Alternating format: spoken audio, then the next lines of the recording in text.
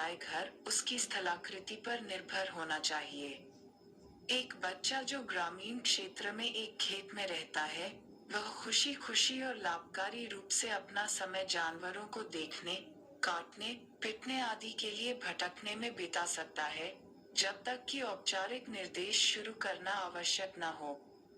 लेकिन शहरी बच्चे के लिए जिनके माता पिता एक में रहते हैं,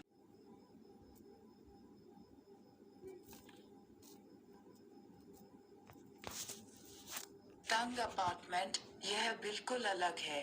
उसके लिए स्कूल स्वतंत्रता, आंदोलन की स्वतंत्रता, शोर की स्वतंत्रता और साथ ही जहाज की स्वतंत्रता में पलायन के रूप में वांछनीय है। 18 स्थलाकृति का अर्थ है विज्ञान। ए मानचित्र बनाना। सी शूटिंग तस्वीरें। 19 यहाँ औपचारिक निर्देश का तात्पर्य है। बी किसी स्थान की विशेषताओं का विवरण। डी विषयों का विवरण। ए स्कूल अनुशासन। ई स्कूल में नियमित शिक्षा। डी शिक्षकों का अनुशासित आचरण। बी कठोर कोड। 20 लेखक का मानना कि ए एक ग्रामीण पक्ष में एक बच्चे को औपचारिक निर्देश की आवश्यकता नहीं है। बी एक शहरी बच्चे को सभी प्रकार की स्वतंत्रता पसंद है। ई एक ग्रामीण इलाके का बच्चा मुक्त वातावरण से लाभान्वित होता है। 21 डी एक शहरी बच्चे को औपचारिक शिक्षा देर से शुरू करनी चाहिए। लेखक सोचता है कि समस्या यह है कि बच्चों को स्कूल कब जाना चाहिए, बल्कि इस पर निर्भर करता है। एक घर का मनोवैज्ञानिक चरित्र। बी घर का नैतिक चरित्र। सी घर का स्थलाकृतिक चरित्र। डी घर का आध्यात्मिक चरित्र। निर्देश 22-25 गद्यांश को ध्यान से पढ़ें और 4 विकल्पों में से प्रत्येक प्रश्न का सर्वोत्तम उत्तर चुनें। पैसेज 2 प्रत्येक चेतन प्राणी में प्रतिबंधों की स्वाभाविक प्रवृत्ति होती है।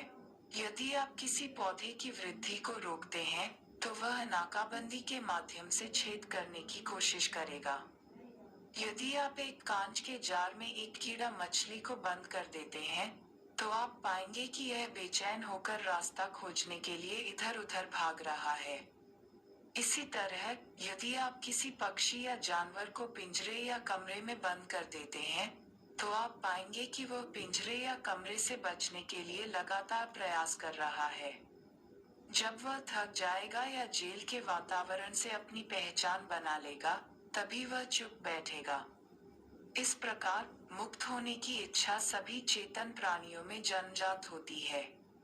स्थिति के साथ इसकी पहचान होने पर ही यह दबा दिया जाता है। मुक्त होने की ललक निर्जीव वस्तुओं में भी होती है, लेकिन यह अव्यक्त होती है और अंततः पूरी हो जाती है। यही कारण है कि पदार्थ लगातार अपना आकार बदलता रहता है। परिवर्तन एक तरह से एक पूर्ति है। 22 जीवों में स्वाभाविक प्रवृत्ति होती है। एक परिस्थितियों के लिए प्रस्तुत करें। सी दूसरों के रास्ते में प्रतिबंध लगाएं। बी स्वतंत्रता के लिए प्रयास करें। डी नाकाबंदी बनाएं। 23 एक कांच के जार में एक कीड़ा पहले कोशिश करता है। एक खुद को समायोजित करें। बी जार को तोड़ दें। सी इससे बाहर निकलें। डी परिवर्तन को अनदेखा करें। 24 एक जानवर पिंजरे में चुपचाप बैठ जाएगा जब वह ए अच्छी तरह से खा लेगा। बी काफी संघर्ष किया। सी खुद को बदली हुई परिस्थितियों के साथ पहचाना। डी स्वतंत्रता की आशा छोड़ दी। 25 पदार्थ लगातार अपना आकार बदलता है क्योंकि यह एक निर्जीव है। बी मुक्त करने का भी आग्रह है। सी इसे पुरुषों द्वारा विभिन्न आकारों में ढाला जाता है। डी कोई आत्मा नहीं है।